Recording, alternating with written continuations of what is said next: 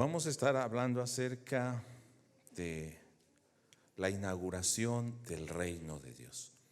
Yo no sé si usted ha ido a la inauguración de algún negocio, de algún parque, de algún lugar famoso, o el 16 de septiembre, ¿no? El 15 y 16 de septiembre. Siempre hay un momento de alegría, ¿no? Y de gozo, y hay cohetes, y hasta cuando se casan, ¿verdad, Diana? Hasta hay cohetes y fuegos artificiales. Siempre cuando hay un gran evento hay algo especial, ¿o no? Esa es la inauguración. Una inauguración está hablando del inicio puede ser de una festividad, de un negocio, de las Olimpiadas, de un mundial, y se hace algo grande porque ese evento es grande. Por eso estamos hablando de la inauguración del reino de Dios. Y yo quisiera en este día que usted piense cómo ese reino de los cielos, ese reino de Dios ha llegado a la tierra, ha llegado a nosotros.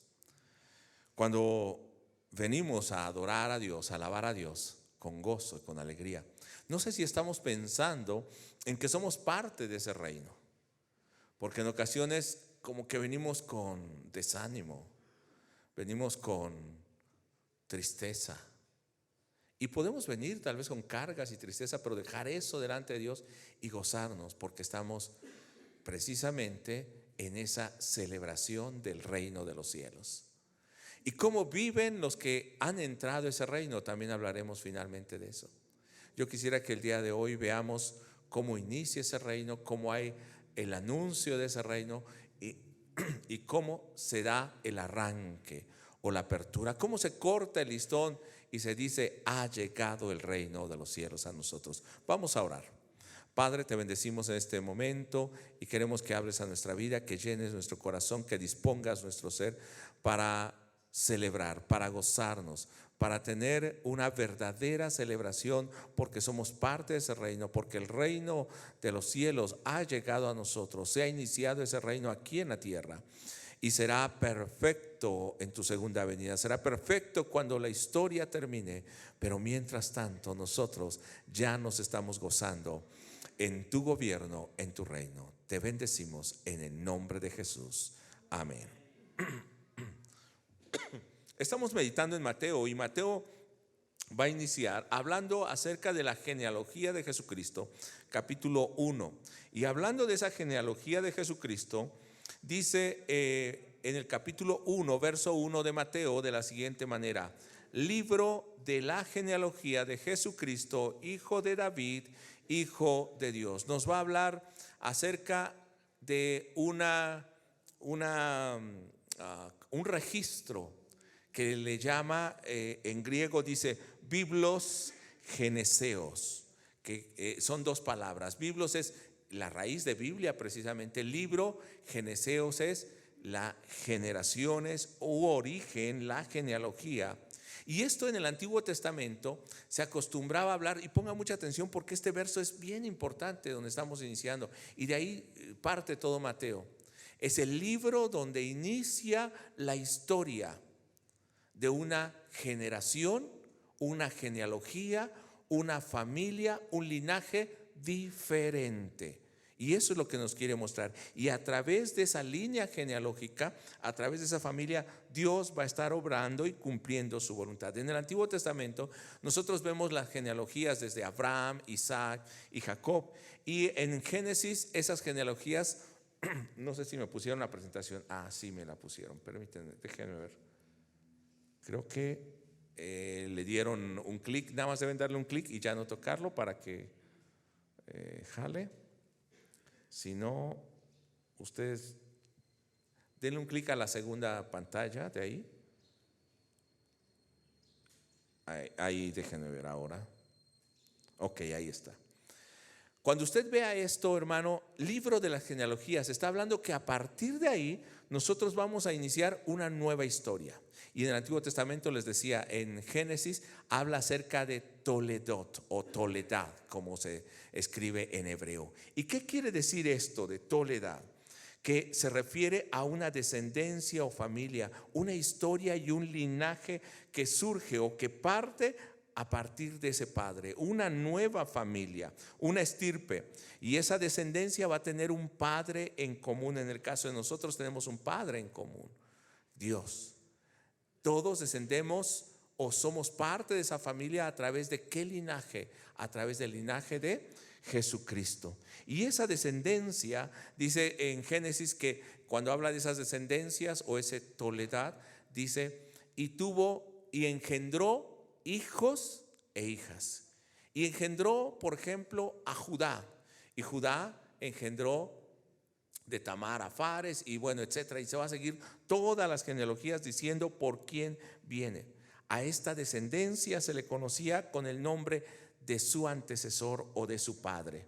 Y estas genealogías tienen que recordarnos ese origen común, como las tribus de Leví, como la tribu de Judá, de Isaacar, de Zabulón, de Gad, de Dan.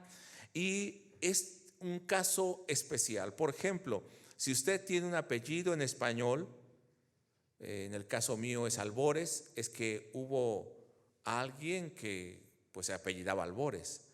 Pero en el caso de Martínez, quiere decir hijo de Martín, porque en algún pueblo había un Martín y de ahí empezaron a surgir. Fernández, hijo de Fernando.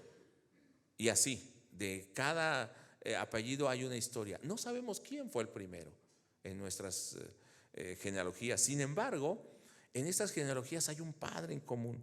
Y cuando en Génesis 1 dice libro de las genealogías y menciona a dos personajes. ¿Qué personajes menciona en el capítulo 1, verso 1? Hijo de David, hijo de Abraham. Y yo quisiera que pongamos mucha atención aquí. Aunque no es cronológico, porque primero es Abraham y después David, menciona primero a David y le está dando un origen para esta nueva genealogía, esta familia. Tú vienes de esa genealogía. David, ¿quién era David? El segundo rey de Israel, pero el primer rey, o podemos decir el único rey, que tuvo un linaje o una descendencia de reyes. A través de este reinado en Judá del sur se estableció un reino que obedecía o buscaba a Dios. Ahí hubieron reyes buenos, no todos, pero hubieron reyes buenos. Sin embargo, en el reino del norte que se dividió, todos los reyes fueron malos.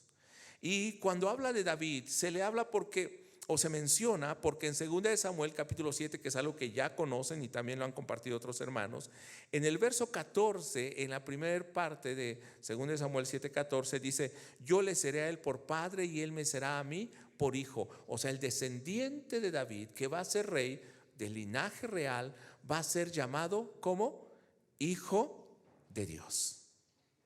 Y va a reconocer a Dios como su padre. Por eso es que a Jesús se le llama hijo de Dios en esta línea de relación con David.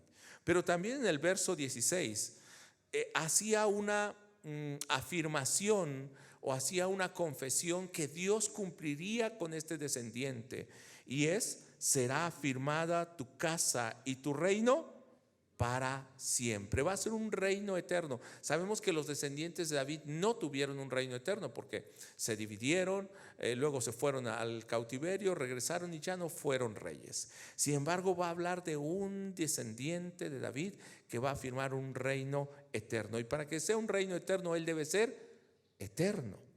Dice que también este reino va a ser estable, va a ser firme, en el verso 16 de 2 de Samuel 7.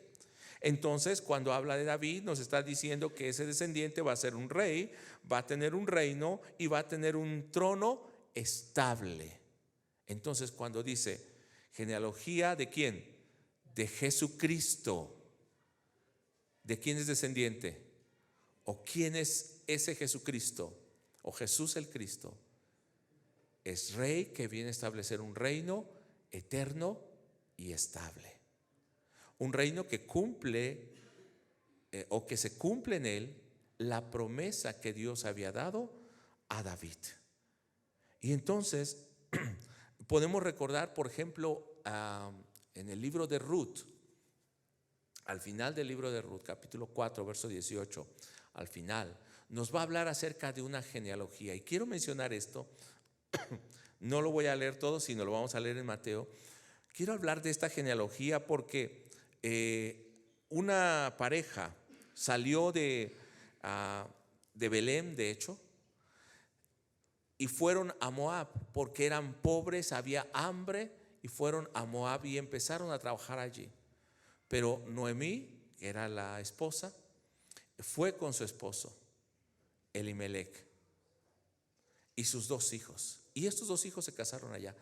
Pero muere el esposo de Noemí, mueren sus 2 hijos sin descendencia.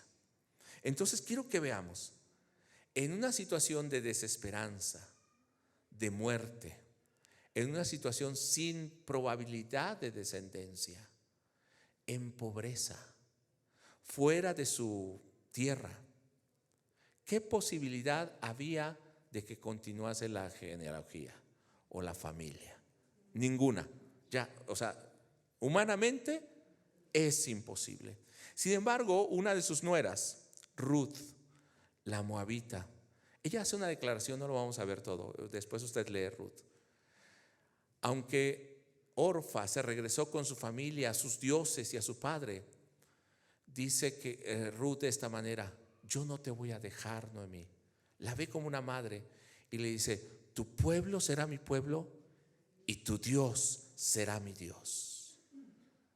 En una situación donde no había esperanza, una mujer que renuncia a sus dioses, renuncia a su pueblo por hacerse parte del pueblo de Dios, y en pobreza porque no era próspera, regresa a Belén y es redimida por el pariente cercano que se llama Boz. Y de Boz nace un hijo, bueno, de Ruth. Y ese hijo iba a continuar no la descendencia de Boz directamente, sino de aquel padre que había muerto, de la familia de Noemí. Tal vez en nuestra cultura no es muy común esto, pero en la cultura de ellos, si moría, podía levantar el nombre de su esposo que había muerto. Y este Obed es el abuelo de David. Entonces quiero que tenga esto en su mente, porque Mateo capítulo 1, verso 5 nos hace este señalamiento. Salmón engendró de Rahab, y también sabemos quién es Rahab, la mujer que renunció a su pueblo y a sus dioses por creer que Dios les había entregado la tierra a los israelitas. Y dice de Rahab a Boz. Entonces este Boz fue descendiente de Rahab. Boz engendró ¿de quién? De Ruth a Obed, y Obed a Isaí. Isaí engendró al rey David. Y esto es lo que yo quiero que usted vea. En un tiempo donde no había esperanza, viene esa redención, es redimida Ruth y continúa la historia. En el tiempo que viene Jesús, ¿qué esperanza había de salvación? El pueblo se había contaminado, los sacerdotes, los profetas. La casa de Dios estaba contaminada. No había esperanza. Y en ese tiempo, ¿quién viene? Un descendiente de David. Y de hecho, hace un paralelismo el libro de Mateo, y en el verso 16, de hecho, Jesús no nace de José, de esa descendencia, sino dice: y Jacob engendró a José, marido de María, del cual nació Jesús, llamado el Cristo. Pero vemos que este hijo, ¿de quién es? Engendrado ¿de quién? Del Espíritu Santo. Pero viene para redimir, viene a dar esperanza en un tiempo donde no había esperanza. Y no solamente es hijo de David, sino también es hijo de Abraham. Génesis capítulo 12, verso 1 a 3, no lo voy a leer. Se le da la promesa: voy a levantar una descendencia de ti, de alguien que su esposa era estéril y no tenía hijos en edad avanzada. Pero le dice: voy a levantar una descendencia y voy a levantar un pueblo y será grande. Y en tu simiente, esto es, en tu semilla o en tu descendencia, serán benditas todas las familias de la tierra. Entonces, cuando está diciendo Jesucristo, hijo de David, es aquel que viene a cumplir la promesa de Samuel 7, un rey que levanta un reino eterno, pero también es la simiente de Abraham que viene a bendecir a todas las familias de la tierra. Dice en el capítulo 13 de Génesis, verso 16, recuerde que Abraham todavía no tenía hijos. Dice, y haré tu descendencia como el polvo de la tierra. ¿Qué promesa traía entonces Jesús, el Cristo? Una descendencia como el polvo de la tierra, que si alguno puede contar el polvo de la tierra, también tu descendencia será contada. Capítulo 15 de Génesis, verso 5, cuando todavía no tiene hijos, lo saca y le hace ver el cielo y las estrellas, y le dice en el verso 5, y lo llevó fuera y le dijo, mira ahora los cielos y cuenta las estrellas, lea conmigo, si las puedes contar, y le dijo, así será tu descendencia. ¿Qué era lo que había? Una promesa de una descendencia. Jesús el Cristo es el heredero de la promesa del rey David, de la promesa hecha por Dios a Abraham, y en un momento de oscuridad, sin posibilidad de vida en la historia de la humanidad, va a entrar en nuestra humanidad, en nuestra historia, trayendo redención. Y al mismo tiempo, sus descendientes, su linaje, la genealogía que viene de él, va a tener la misma promesa.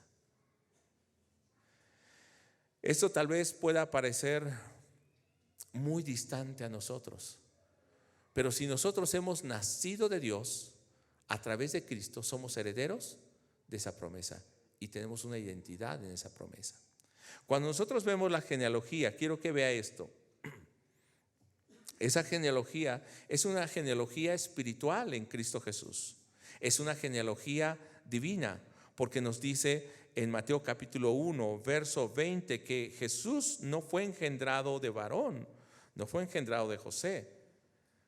Cuando el ángel le habla a José y le dice, no temas recibir a María, le dice, José, hijo de David, no temas recibir a María tu mujer, porque lo que en ella es engendrado, diga conmigo, del Espíritu Santo es. Entonces era una genealogía ¿de quién? Del Espíritu Santo, de Dios directamente, una genealogía divina. ¿Y nosotros de quién hemos nacido? Dice Juan 1:13, los cuales no son engendrados de carne, ni de sangre, ni de voluntad de varón, sino de Dios también. Los que hemos creído, dice el verso 12, a todos los que le recibieron, a los que creen en su nombre, les dio el derecho legal de ser hijos de Dios. Usted entonces es hijo de Dios, nacido por creer en Jesucristo. ¿Cuál es ese propósito del nacimiento de Jesucristo y de levantar esta genealogía? Nosotros lo vemos en Mateo capítulo 1, verso 21, cuando le está diciendo aún el nombre que le va a dar. Y dará a luz un hijo y llamará su nombre Jesús, lea conmigo, porque él salvará a su pueblo de sus pecados. Tenía que ser una genealogía divina, una naturaleza divina para venir a salvar al pueblo de sus pecados. Cada vez que el pueblo creía o buscaba a Dios, lo hacía a través de sus ritos, de su costumbre, de su propia justicia, y el pueblo fallaba, pecaba, caía, no podía permanecer. Tenía que cumplirse aquella promesa donde Dios traería un nuevo nacimiento al pueblo, y ese nuevo nacimiento tendría que venir a través de aquel que el Señor estaba enviando, el Mesías, el Cristo. No voy a hablar de ese tema, pero usted lo puede ver cómo Dios ha prometido ese nuevo nacimiento a través de el Mesías. Pero yo quiero que vea en esa genealogía tenía un propósito: venir a salvar al pueblo de sus pecados, a redimirlos. ¿Se acuerda de Ruth? Esto mismo estaba haciendo Dios con nosotros. ¿Y cuál era el propósito en Mateo 1:23? ¿Cuál es ese propósito? Que Dios habite en medio de su pueblo. Dice de esta manera Mateo 1:23: He aquí, una virgen concebirá y dará a luz un hijo y llamará su nombre, ¿cómo? Emanuel es en griego, que traducido es Dios con nosotros. O sea, como un rey gobernante que iba a estar en medio de nosotros. Recordemos al pueblo de Israel, en medio del pueblo estaba el tabernáculo. Y esa presencia del tabernáculo ahí representaba la presencia de Dios en medio de su pueblo. El pueblo podía consultar a Dios, podía acercarse a Él. Descendía la nube de la gloria de Dios y el pueblo tenía dirección. Ahora, no hay un tabernáculo físico. De eso nos habló la hermana Fátima, creo. Y no hay un tabernáculo físico. Pero ahora, ¿quién está ahí? ¿Quién es el que levantó el tabernáculo? Nos dice Hebreos. Y es el verdadero tabernáculo, Jesucristo. Jesucristo. Y Pedro dice, y nosotros somos piedras vivas que edificamos un templo espiritual. Y en medio de su pueblo venía la presencia de Dios. Emmanuel, Dios con nosotros. Y yo quiero que usted vea dónde ese Emmanuel puede o qué implica y que ese Emmanuel esté con nosotros. Si Dios está en medio de nosotros, ¿cómo viviría usted, hermano? Como pueblo de Dios. ¿Cómo viviría? ¿Cómo hablaría? ¿Cómo se comportaría? ¿Qué compromiso tendría? Yo solo quiero que se pregunte. Y no decimos que Dios está en medio de nosotros. Emmanuel, Dios con nosotros en griego. En hebreo es Immanuel, que se traduce un poco diferente. Lo tradujeron al griego Dios con nosotros. Pero en hebreo Immanuel, Im es con, Manu, nosotros. Él es Dios. Dios con nosotros, más bien con nosotros está Dios. ¿Cuántos creen eso? Con nosotros está Dios. ¿Realmente lo cree, hermano?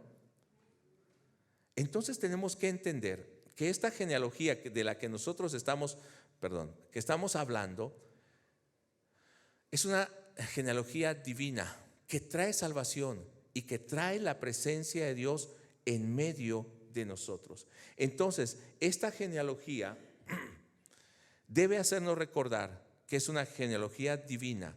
No, los descendientes de Dios son descendientes también a través del Espíritu Santo, levantados como un pueblo. Escucha, hermano, esto: sin pecado, porque en medio de ellos está ¿quién? Dios. No es en medio del templo, aquí este templo físico, es en medio de ¿quién? Del pueblo. Y esto es lo que debemos nosotros tener presente. Y Él quiere levantar entonces un reino. Si la genealogía es divina, ¿qué quiere levantar? Un reino divino.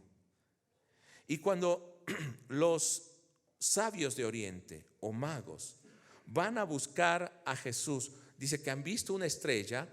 Son astrónomos, o sea, ven los astros. Astrólogos son los que ven o predicen el futuro, no, estos son astrónomos, están viendo los astros. Y entonces ven algo diferente y dice, esto significa que ha nacido un rey. ¿Por qué? Ellos conocían las escrituras o conocían las promesas y estaban más pendientes ellos que el pueblo de Israel. Y ellos dicen en el capítulo 2 de Mateo, verso 2, ¿dónde está el rey de los judíos que ha nacido? No hay una duda, ellos saben, el rey de los judíos ha nacido. ¿Esto qué implica? Si ha nacido un rey, va a llegar un momento en que va a tomar el trono. Va a llegar un momento en que va a establecer su reino, pero ese rey viene para gobernar, viene para ser rey. ¿O no, hermanos? Y dicen ellos en el capítulo 2, verso 2, porque su estrella hemos visto en el oriente. Porque aún los astros o la naturaleza, el cosmos, se impactó y habla de que ha nacido ese rey. Quiero que vaya poniendo todo esto en su mente y en su corazón. Cuando el Señor Jesús vino a establecer este reino. Cuando nos invita a este reino y nos pide vivir de acuerdo a ese reino. También es un rey diferente a los reinos o a los reyes de este mundo, porque no viene a oprimir, no viene a hacerse rico, no viene a establecer un reino en esta tierra, quiero decir un reino terrenal, sino viene a establecer en esa tierra un reino celestial. Y dice en Mateo capítulo 2 verso 6, cuando pregunta el rey de dónde nacería, y entonces los sabios de la escritura le dicen, buscando, y recuerdan esta palabra que había dicho el profeta: y tú, Belén, de la tierra de Judá, no eres la más pequeña de los príncipes de Judá, porque de ti saldrá, ¿quién, hermanos?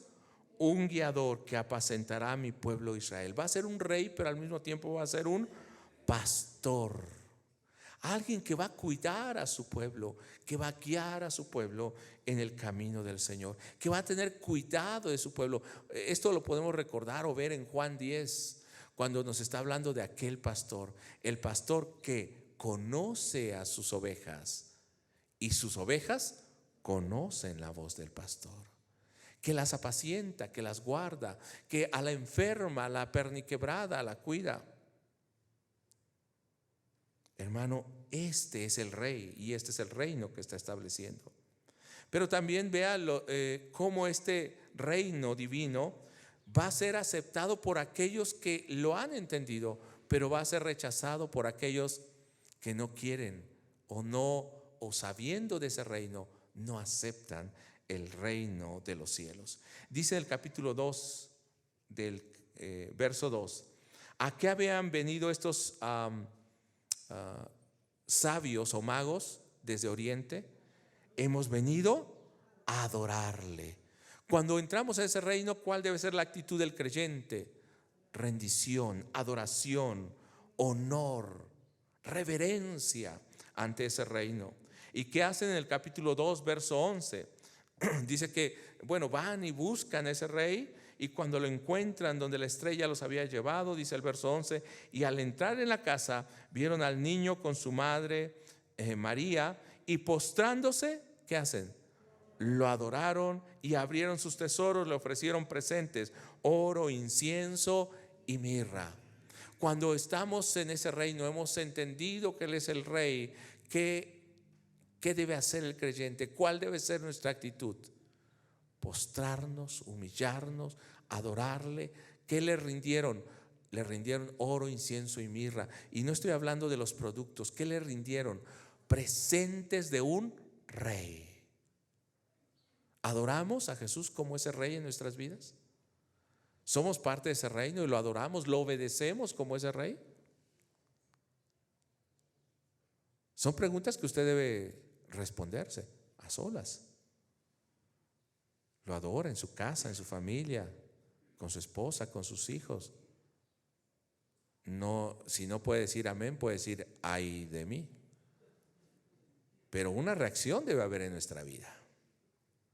Por otro lado, ese reino y ese rey que ha llegado, y aún a sabiendas de esto, Herodes, ¿qué hace? En el capítulo 2 verso 16, bueno, no lo voy a leer, pero dice que procura matar, manda a matar a todos los niños que tenían más o menos la edad de aquel rey que había nacido. Y eso es lo que va a hacer el mundo, sabiendo que Dios es real, que el reino de Dios es real, que Jesucristo es real. ¿Qué hace? Se opone a la presencia de Dios. ¿Qué es lo que hace aún el que se dice creyente y que no reconoce a Jesús como ese rey en su vida? Se va a oponer a la voluntad de Dios, va a resistir a la voluntad de Dios. Conoce la voluntad de Dios, pero no la vive. Es tan orgulloso, quiere ser rey como Herodes, tener su propio reino. Está en el orgullo. Yo no quiero aprender más de Dios, yo no quiero saber, no quiero doblegar mi voluntad. Así como estoy bien. Eso le pasó a Herodes. No sé si le pasa a usted. Yo quiero seguir gobernando mi propia vida. Quiero hacer lo que yo quiero. Amén o ay de mí. No sé lo que usted diga. Pero ese reino también, ahora quiero hablar acerca de ese reino, cómo es ese reino divino. Ahora es anunciado. Ese reino es anunciado cuando, que se está acercando. Y Juan el Bautista dice: estén listos, porque ya ese reino está próximo. Juan el Bautista anuncia la llegada del reino, y lo hace no como anunciando o como con campañas políticas. No lo hace con los medios de este mundo, es recordando la promesa de Dios, hablando de lo que habían hablado los profetas, llamando al pueblo al arrepentimiento. En el capítulo 3, versos 1 al 3, dice: en aquellos días vino Juan el Bautista, lea conmigo, predicando en el desierto de Judea, tal vez donde nadie podría escuchar, pero era una voz que clamaba en el desierto. Y continúa diciendo en el verso 2, y diciendo: arrepentíos, porque el reino de los cielos se ha acercado. No decía vamos a regalar playeras y vengan y les vamos a dar tortas para que voten por un. No, arrepiéntanse, porque el reino de los cielos se ha acercado. Y en el original la palabra que utiliza es está próximo. Arrepiéntanse porque está próximo. Verso 3, pues este es aquel de quien habló el profeta Isaías cuando dijo: voz del que clama en el desierto, preparad el camino del Señor, enderezad sus sendas. ¿Qué era lo que estaba haciendo? Preparando el camino del Señor, enderezando sus sendas. Puede parecer algo muy sencillo, pero más bien estaba anunciando que el Señor venía. Y cuando habla del Señor utiliza la palabra kurios o kyrios en griego, que no habla del Señor de la esquina, el Señor de la tienda. Está hablando del Señor que es Rey, que es soberano, que es amo.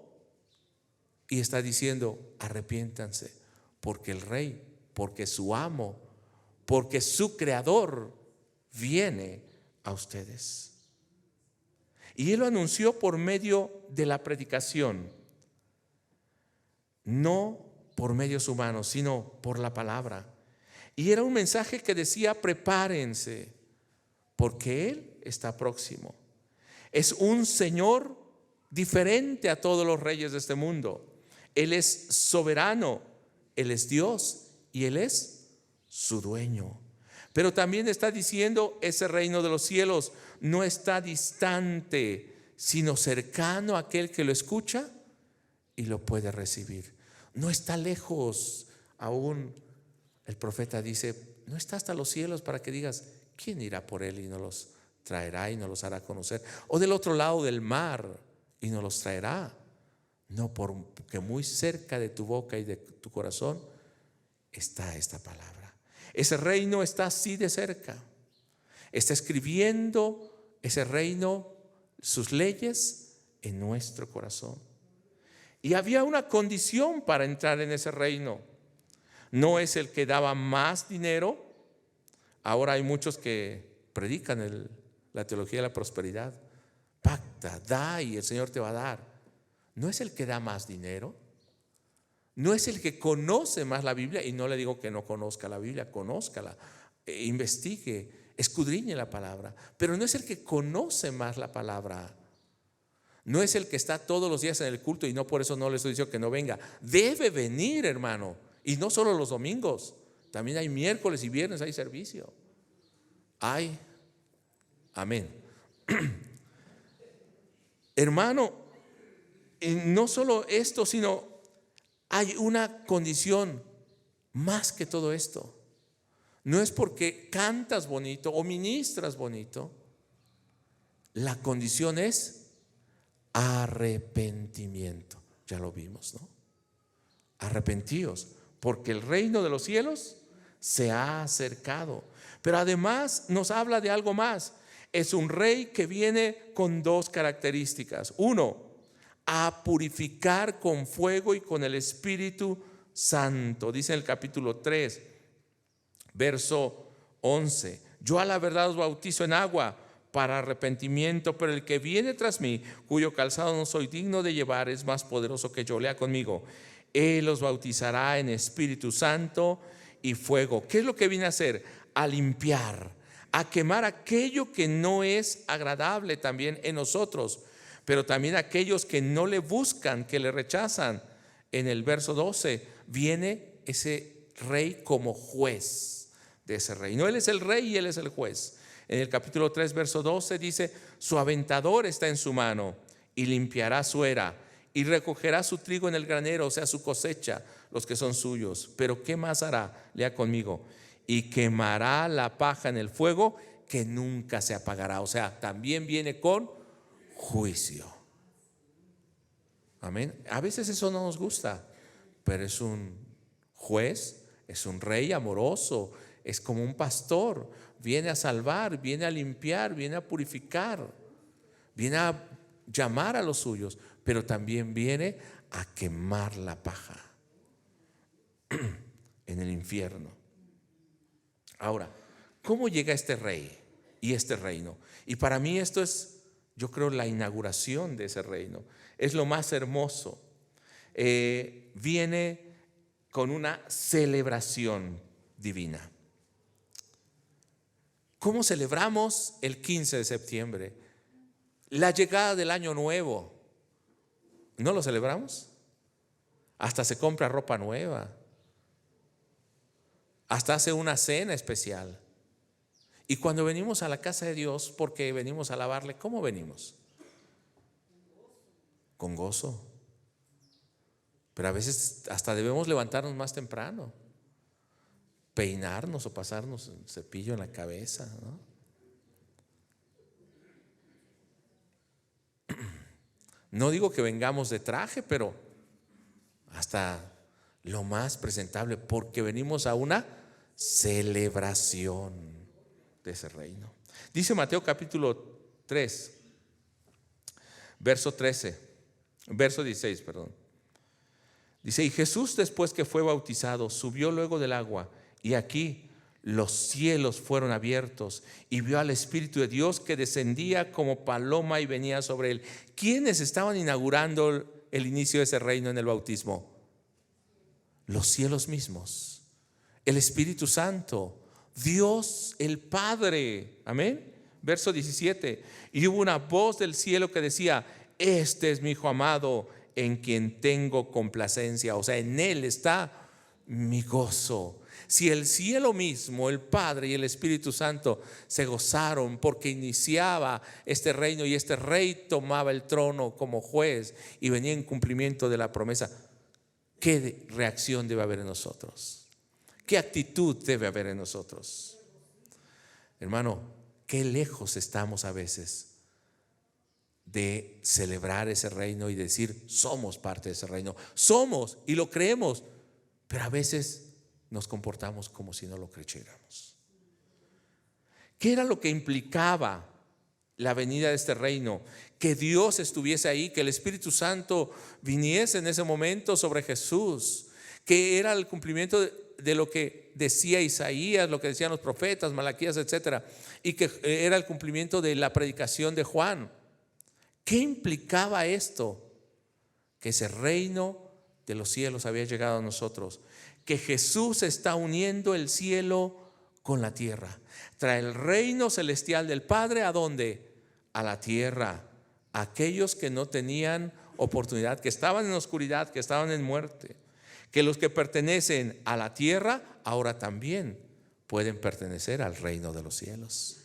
No hay diferencia. ¿Qué dice Mateo 28? De hecho, en nuestra confesión de fe que estamos leyendo, verso 18: toda potestad me es dada en el cielo y en la tierra. O sea, yo tengo la autoridad en el cielo y en la tierra. Ese reino celestial lo he traído aquí a la tierra.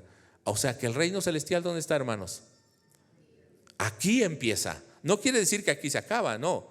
Aquí empieza. Ya tenemos que vivir como aquellos que están, dice Jesús, ¿dónde nos ha sentado? En lugares celestiales nos ha sentado el Padre, junto con Cristo Jesús. ¿Y cuándo va a ser ese reino perfecto? Cuando regrese Jesús. ¿Dónde será? ¿En la tierra? ¿En los cielos? No sabemos el lugar físico. Sin embargo, va a ser un reino perfecto. También se está cumpliendo el propósito del Padre, quien se goza en el Hijo, trayendo entonces ahora un reino que no pasa. Es un reino firme, estable, eterno. Pero algo más también, hermanos. Un reino que está dominando, sometiendo, terminando con el gobierno y la mentira de Satanás, que empezó en Génesis, engañando al hombre y a la mujer. Y aunque ese enemigo se oponga al rey, a Jesús es destruido. Quiso matarlo cuando niño y no pudo. Va a querer matarlo ¿Dónde? En la cruz, pero no sabe que es su perdición. Y también aún quiere destruir el propósito. ¿Dónde? En la tentación. En el capítulo 4. No voy a hablar de la tentación, pero dice en el capítulo 4, versos 10 y 11, después de la tentación, espero que algún otro de los hermanos hable de la tentación, espero que sí. 4, 10 y 11, cuando Jesús vence a Satanás, y no lo vence porque le dice la palabra, sino porque Jesús vive esa palabra. Él se sujeta al Padre, no tienta al Padre. Él no es movido por su estómago, por su necesidad, sino que Él no tienta al Padre. Y entonces vea lo que dice después de que vence a Satanás. Entonces Jesús le dijo: vete, Satanás, porque escrito está: al Señor tu Dios adorarás y a Él solo servirás. El diablo entonces lo dejó, y aquí vinieron ángeles y le servían. Entonces, ¿qué está haciendo? Está poniendo la autoridad de Satanás, el propósito de Satanás, bajo el gobierno de este nuevo reino. Está inaugurando un reino eterno y celestial, donde ahora nosotros podemos ser parte de ese reino. Trae la luz a la oscuridad. Verso 12 del capítulo 4. Cuando Jesús oyó que Juan estaba preso, volvió a Galilea, y dejando a Nazaret vino y habitó en Capernaum, ciudad marítima en la región de Zabulón, de Neftalí, para que se cumpliese lo dicho por el profeta Isaías cuando dijo: tierra de Zabulón y tierra de Neftalí, camino del mar del otro lado del Jordán. Lea conmigo: Galilea de los gentiles. ¿A quién está viniendo? Ya no solo a los judíos, a todos, aún a los gentiles. Verso 16, lea conmigo: y el pueblo asentado en tinieblas vio gran luz, y a los asentados en regiones de sombra de muerte, luz les resplandeció. ¿Se acuerda de Ruth y de cómo estaba esa situación? Así viene ahora Jesús a traer también redención y salvación. Y un reino en el que ahora estamos en luz, hay vida, ya no hay muerte, pero en un reino donde podemos participar. ¿Participamos de ese reino?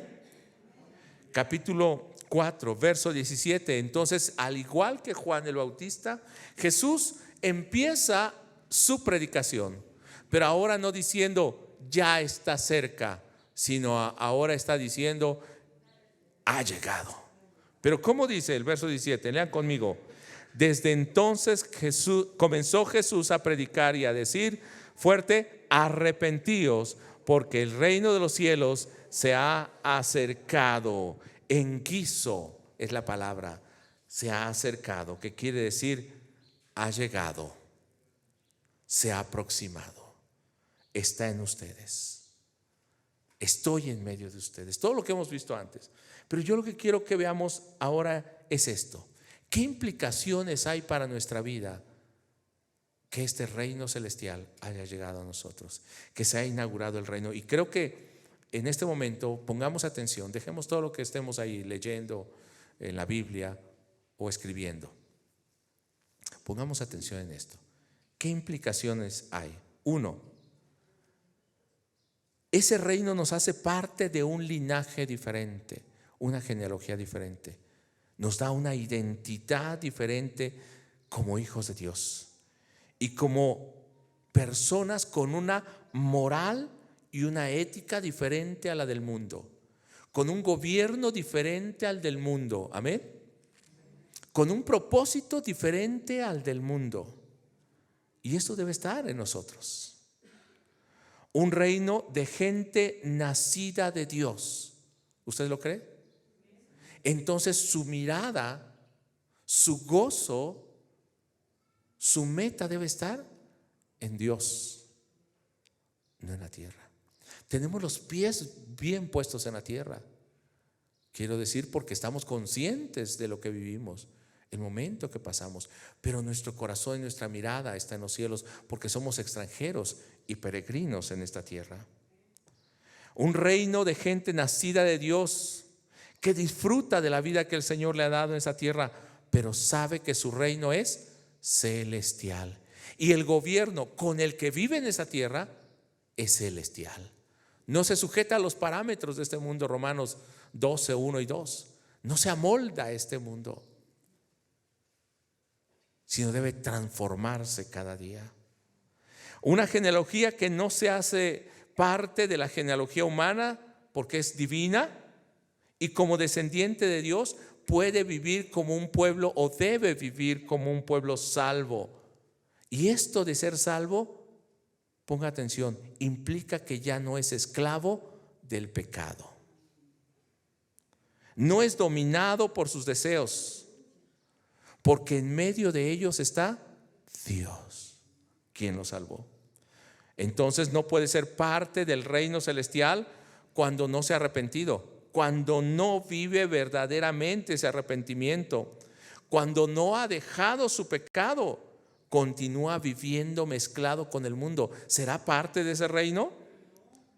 Si la mentira, el vicio, la pornografía, la doble moral, las malas palabras, las peleas en casa, el machismo, no sé, la flojera domina nuestra vida, el pecado domina nuestra vida, debemos preguntarnos si somos de ese reino divino o si seguimos esclavos del enemigo. Somos parte de un reino donde Satanás ha sido puesto debajo de los pies de la iglesia. ¿O no, hermanos? Entonces, si eres parte de ese reino, si verdaderamente te has arrepentido, el gobierno del Señor está en tu vida, centrado en ese reino, debe haber gozo en tu vida. Primero, si eres parte de ese reino, eres guardado por Cristo Jesús como ciudadano de ese reino, eres apacentado. Pero también debes adorar a Cristo como tu Rey.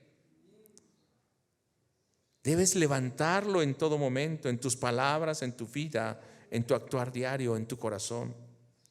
Y también debes anunciar ese reino. Yo quisiera que tú pienses o que hagas estas preguntas a tu vida. ¿Él es antes de todo? ¿Jesús es antes de todo? Eso es un rey, el que está sobre todo. Sobre todo, hermanos. A veces el partido América Cruz Azul es más importante que venir a la iglesia. No sé si Jesús está sobre el partido América Cruz Azul, o está a veces sobre nuestra indisposición o flojera de buscar a Dios. Si Él es el rey, ¿qué es lo que le estás ofreciendo? ¿Qué le ofrecieron los magos? Lo adoraron, se humillaron y le ofrecieron todo lo que traían. Debemos ofrecer todo al Señor. Si estás en ese reino, ¿vives esclavo todavía de Satanás, dominado por Satanás, por tu carne? ¿O eres gobernado por el Espíritu Santo, por la palabra y por ese reino que está en ti? Si Cristo es tu Rey, ahora debes vivir con la identidad del reino de Dios. Y esa identidad, cuando me fui a renovar el pasaporte, pues me bañé, me rasuré para que salga bien en la foto, ¿no? ¿O no? A veces algunos hasta se ponen traje cuando van al su credencial del INE o de la universidad o del trabajo. Se ponen algo bonito porque van a aparecer ahí. Sí, hermano, nosotros somos parte de ese reino. ¿Cómo nos estamos preparando? ¿Cuál es nuestra identidad, nuestra identificación? ¿Cómo la gente nos ve? ¿Cómo ve nuestro carácter? ¿Lleno de gozo? ¿Amorosos? ¿Misericordiosos? ¿Fuertes? ¿Llenos de fe? ¿O somos esa persona contreras, negativa a todo momento? ¿Nos ven como personas, hombres, mujeres, jóvenes, obedientes, santos, respetuosos? ¿O nos ven como aquellos que ofenden el nombre de Dios?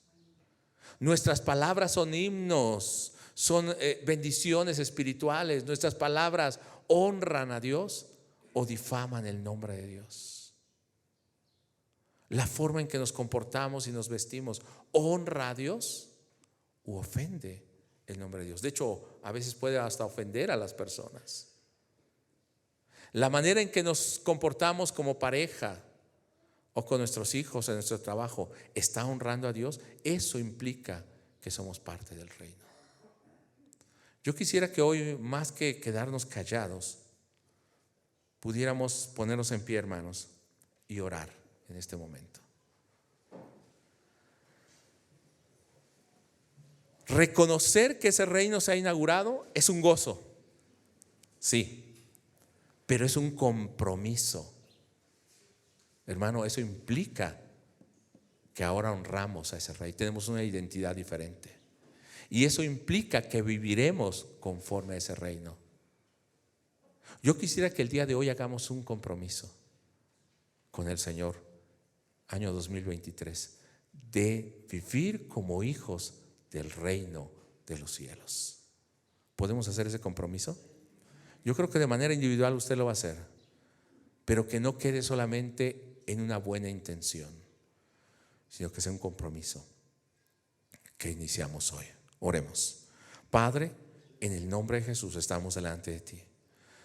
Pedimos perdón y nos arrepentimos. No queremos venir como aquellos fariseos que venían con vestidos blancos, pero no había arrepentimiento genuino, sino queremos venir verdaderamente arrepentidos, reconociendo que Jesús es el Rey de este reino, entregando todo lo que tenemos y lo que somos a ti, disponiendo nuestra vida para vivir con un arrepentimiento verdadero, que es dejar las cosas de la vida pasada, las cosas del mundo, para vivir como un pueblo santo, donde Dios habita en medio de ellos. Un pueblo salvo, comprometido contigo aún en lo ético y lo moral, y no un pueblo que está dominado u oprimido por sus deseos o por Satanás. De esta manera queremos vivir.